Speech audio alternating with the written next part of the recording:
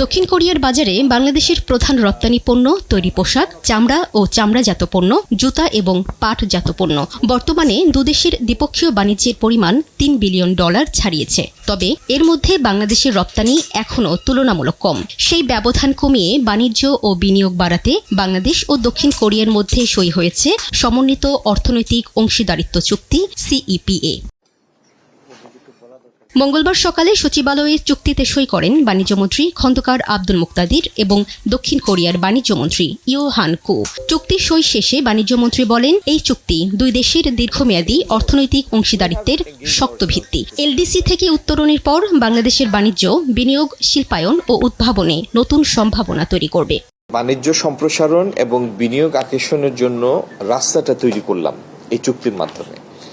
এই সুযোগ কাজে লাগিয়ে আমাদের যে এক্সপোর্ট সেক্টরগুলি, যেমন জুট, লেদার, IT, এগুলিতে আগামী দিনে আমাদের এখানে বিনিয়োগ আকৃষ্ট হবে।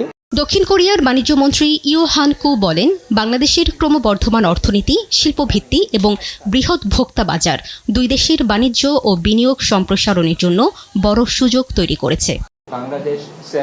বাংলাদেশের ক্রমবর্ধমান অর্থনীতি, শিল্পভিত্তি এবং বৃহৎ ভোক্তা বাজার দুই দেশের বাণিজ্য ও বিনিয়োগ সম্প্রসারণের জন্য বড় সুযোগ তৈরি করেছে।